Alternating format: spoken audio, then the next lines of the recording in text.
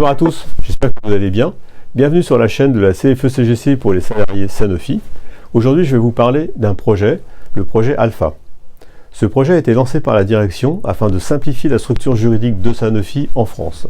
Ce projet consiste à supprimer un certain nombre d'entités juridiques et à regrouper les salariés de ces entités dans une seule entité, l'entité Sanofi Winthrop Industries, ce qu'on appelle communément SWI. Alors pourquoi la direction de Sanofi a-t-elle décidé maintenant de lancer ce projet? Donc ça rentre tout simplement dans le cadre de Play to Win, avec un besoin d'harmonisation, de simplification et d'équité entre les salariés. Donc si on s'en tient à ce simple discours, tout va bien. Néanmoins, maintenant il faut regarder comment Sanofi appréhende les choses.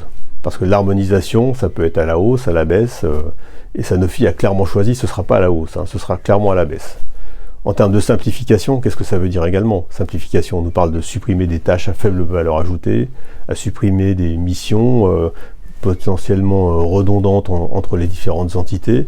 Mais que vont devenir les gens qui étaient sur ces missions ou ces travaux à faible valeur ajoutée? Aujourd'hui, on n'en sait rien. Nous n'avons aucune information sur le sujet. Et concernant l'équité, la seule chose qui paraît évident, c'est que ce qui sera équitable, c'est que tout le monde sera perdant. Puisqu'on revoit les accords à la baisse, il n'y aura pas de gagnants, il n'y aura que des perdants. Alors où en sommes-nous aujourd'hui? Eh bien nous étudions, nous négocions les accords proposés par la direction. Prenons par exemple l'accord CET. La direction propose de limiter à 10 jours par an le nombre de jours de congés payés ou de RTT que les salariés pourront transférer sur leur CET, avec un plafond maximum de 70 jours. Aujourd'hui, pour les ex-SAG, au forfait jour, nous pouvons transférer jusqu'à 15 jours par an. Avec cette proposition, nous perdons donc 5 jours transférables. Et l'addition peut être beaucoup plus lourde pour certaines entités, comme les vaccins par exemple, qui avaient des mesures spécifiques pour leur CET. A noter que la chimie, heureusement pour eux, seront exclus de cet accord et pourront conserver leur accord actuel sur le CET. Concernant le forfait jour, la direction propose un forfait à 212 ou 213 jours, en argumentant que les salariés Sanofi en France ne sont pas assez compétitifs, et nous compare à des sociétés comme Stellantis, qui n'ont absolument pas les mêmes contraintes, et surtout qui ne font pas autant de marge qu'un groupe comme Sanofi.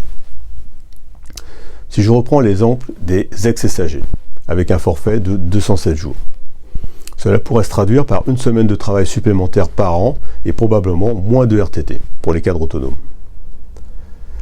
La R&D serait également très impactée par ce changement, car il bénéficie aujourd'hui d'un forfait à 203 ou 204 jours par an. La seule bonne nouvelle pour les salariés, c'est qu'il est obligatoire de signer un avenant pour changer de forfait jour. Et vous n'êtes pas obligé, bien évidemment, de signer cet avenant. Alors, certainement que la direction mettra une petite carotte dans l'avenant pour inciter les collaborateurs à signer ce nouvel avenant. Ou probablement qu'il sera obligatoire de passer sur ce nouvel avenant si vous voulez changer de poste. Nous négocions aussi des accords qui ne sont pas directement liés au projet Alpha, comme le renouvellement de l'accord sur l'intéressement, que l'on appelle aussi accord RVC, revenu variable collectif.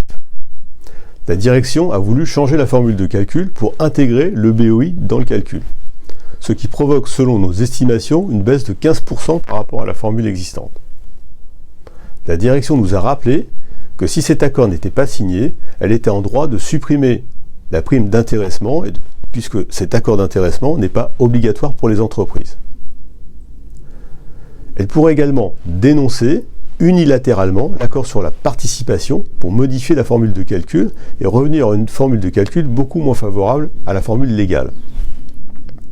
Bon, je ne sais pas comment on peut qualifier ces remarques préliminaires. Si j'étais négatif, je pourrais penser que cela s'apparente à du chantage, mais je préfère penser que la direction nous fait un rappel amical.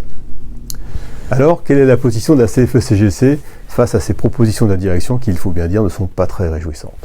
Eh bien, la CFE-CGC a décidé d'attendre d'avoir l'intégralité des accords, l'intégralité des propositions de la direction, les versions finales des accords, avant de se prononcer sur tel ou tel accord. Comme je vous l'ai expliqué, certains accords peuvent avoir des impacts plus ou moins importants selon les entités. Il va être important de discuter tous ensemble, inter-entités, de manière à voir aujourd'hui quels sont les impacts un peu partout et de savoir si on peut signer ou si on ne peut pas signer un accord.